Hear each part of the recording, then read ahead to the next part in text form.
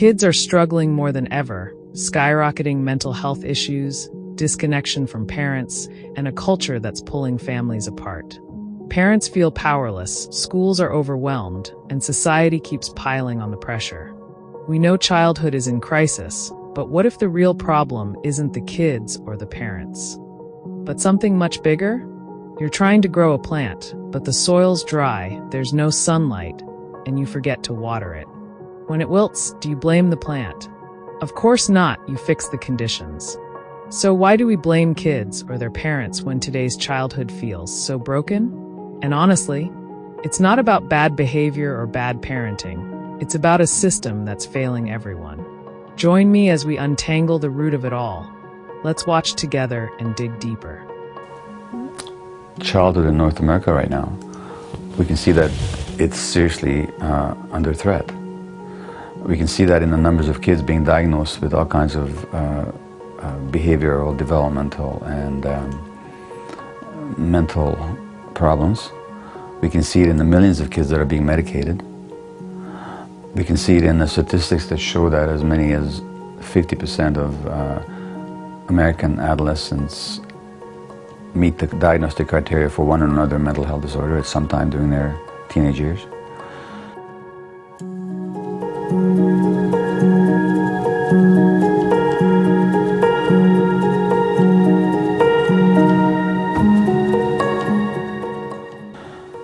We can see it in the frustration of parents who believe and experience that they've lost the power to somehow bring up their kids according to their own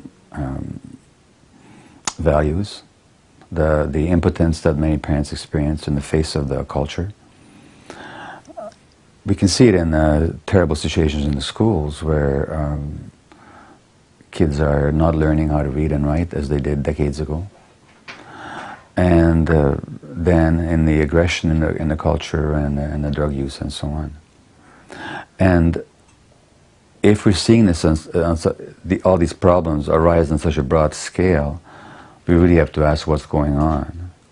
And it's not enough to blame individual kids for behaving badly or parents for not parenting properly, because if that was the problem, we'd see individual cases here or there, but we wouldn't see these problems manifest on such a widespread social level. And if we are seeing that, then we have to ask what's going on in society. And particularly, well, if you were looking at a plant that wasn't developing properly in your garden, you wouldn't start blaming it for making the wrong choice. You would ask what conditions are lacking: soil, irrigation, sunlight. Now, similarly with childhood development. So essentially the question we have to ask is, what conditions do children need for healthy development? And what conditions are available to them today? Now, recent research done here in the States actually shows that the optimal environment for child rearing are hunter-gatherer societies. Now, that doesn't mean we all have to become hunters and gatherers. That's not going to happen. But what is it about those societies that facilitates healthy human development? Well, what it is the attachment relationship of parents to adults. And what you have in those societies are not just isolated parents living in a nuclear family setting, separate from extended family, separate from clan, separate from culture. But what you have is what the African saying asserts: it takes a whole village to raise a child. So children were meant to be parented in a much broader adult set of relationships, number one. Number two, if you look at what the brain development of the child requires, I'm talking about the physiological development of key brain circuits to do with stress responses, emotional self-regulation, impulse control, attention, decision-making, picking up on social cues. Those essential brain circuits for their physiological development require the presence of non-stressed, emotion-available, attuned parenting caregivers. So what have you got in a society that destroys the village in a sense of the emotional attachments of children to many adults, that for the most part separates kids from their parents much of the time owing to economic pressures, that stresses the parents inordinately, so that even when they're with their kids, they're very stressed and distracted. When 20% of women now suffer postpartum depression, where the maternity leave length for many women is 6 weeks, what can you expect in a society like that? You expect all kinds of dysfunction, maldevelopment, and behaviors that manifest severe emotional losses, which then typically we mistake for behavioral problems. But we're not talking about behavioral problems, we're talking about relationship problems between the child and the adult. And by making it a behavior issue, by trying to stop the behavior, we make the problem worse because we end up punishing these kids and attacking them and further eroding their relationship with us and their trust in us. As a result of all that, another dynamic that follows is that children who are programmed biologically to connect to somebody, they can't help it. They must attach to somebody. Their brains are telling them to. And consider for a moment how important attachment, which is to say closeness with another human being, is to even adults. And what happens to us as adults when our closest attachment relationships are threatened, and how disoriented and how upset we become. Well, the child is much more that way because he's much more dependent. She's much more vulnerable and helpless. So they can't abide not having attachments. But who will they attach to? Well, who's around? Well, who's around in our culture are the kids. So apart from losing their nurturing relationship with adults because of the pressures and social factors I've already outlined, then kids become connected to other kids. So for the first time in history now, you have immature creatures influencing each other inordinately. The result is immaturity, all kinds of behavioral problems, all kinds of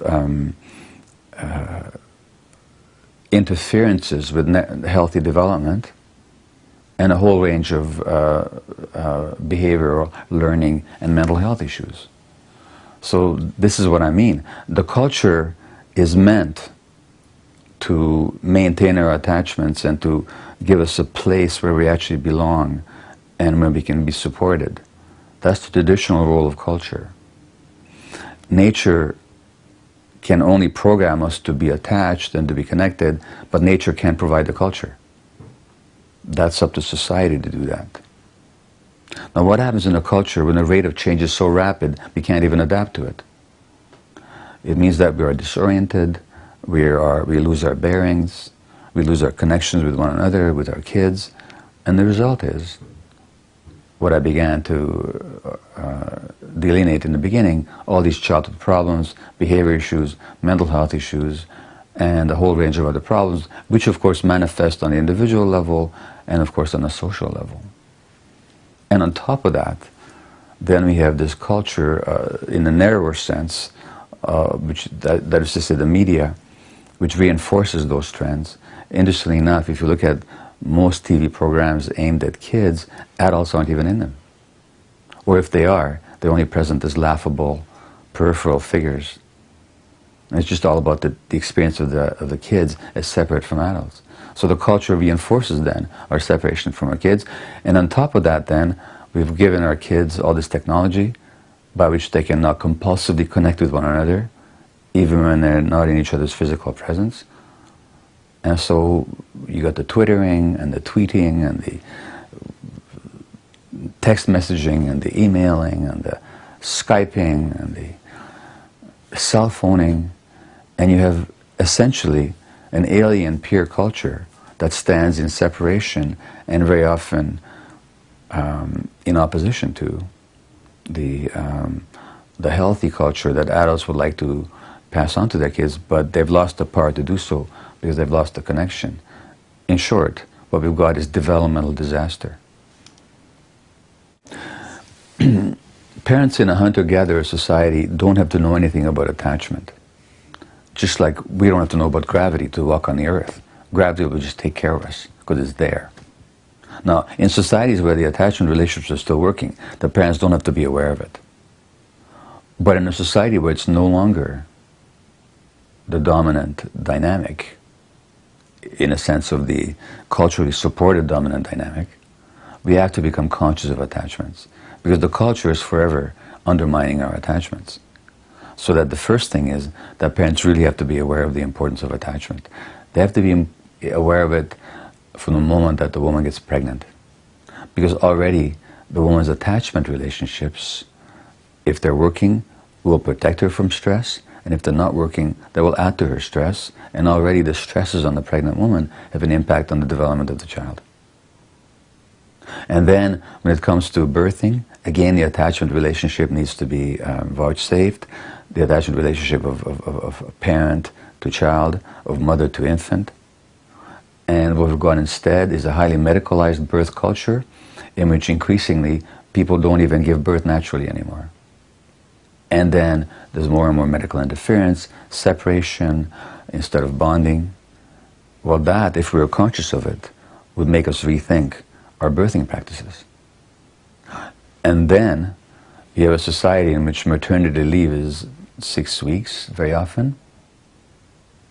And whereas in any kind of rational culture, society would provide support for parents to stay at home with their kids.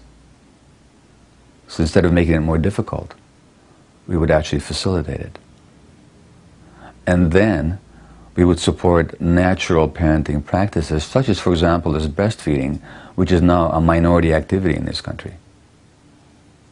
A relative minority of women breastfeed past a couple of months, and some of them never breastfeed at all.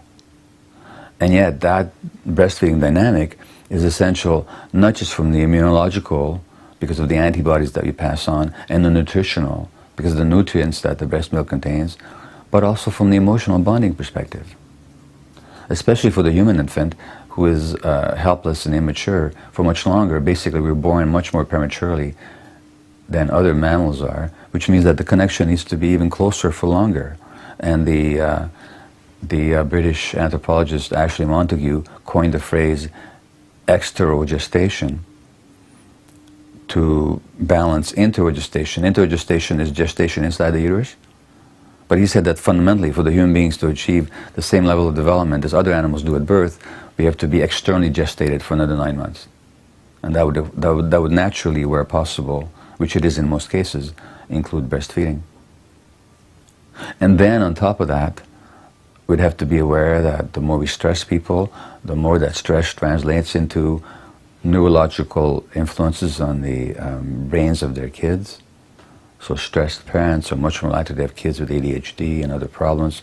Stressed parents are more likely to have kids with asthma, according to the research literature. Clearly, for reasons that are very obvious that I haven't got time to go into in this conversation, but physiologically they're straightforward. On and on and on. And what I'm saying is that the essential quality here is to be aware of attachment and its importance, and to maintain that attachment as much as possible, and to protect it, and to hold it safe and sacred throughout the child's development, which lasts well into the teenage years, in the face of the cultural messages that attachment is not important, that kids need other kids more than they need adults, and all this kind of stuff. So the primary answer to your question as to what's necessary, it's consciousness of attachment. Whoa, okay, that's a lot to unpack, but here's the thing, it's all painfully relevant. Like, have you ever stopped to think about how modern childhood feels almost off? And not just in a back-in-my-day kind of way. I mean, the stats are wild. Half of adolescents meeting the criteria for mental health disorders at some point. That's not a blip. That's a full-blown crisis. But here's what really hits me. It's not just about kids behaving badly or parents failing. Nah, that would be way too simple. It's systemic, like we've built this entire setup that's just not kid-friendly anymore. Think about it. Parents are stressed to the max, juggling work and life with barely any support, and kids? They're growing up in a peer-centric bubble, detached from the adult connections they actually need. And this isn't just some abstract theory either. Imagine you're trying to grow a plant, but the soil's trash, there's no sunlight, and you forget to water it half the time. You wouldn't yell at the plant for not thriving, right? Same deal here. The environment we're raising kids in emotionally, socially, even physically, is just not cutting it. The bit about hunter-gatherer societies? Yeah, okay, we're not about to ditch Wi-Fi and go live in the woods. But those communities nailed one thing. It takes a group effort to raise emotionally secure, well-adjusted humans. Here, it's like we've put parents in silos, told them to figure it out, and then blamed them when things go sideways. And don't even get me started on the attachment stuff. Like, the science is so clear it's almost screaming at us. Kids thrive when they have strong, consistent emotional bonds with adults. But what are we doing instead? Handing out 6 weeks of maternity leave, normalizing endless stress for parents, and letting screens and peers fill in the gaps. And then we're shocked when kids struggle? Really? Honestly, it's time we take a hard look at the whole picture. What kind of society undervalues parenting this much? What kind of culture prioritizes productivity over presence?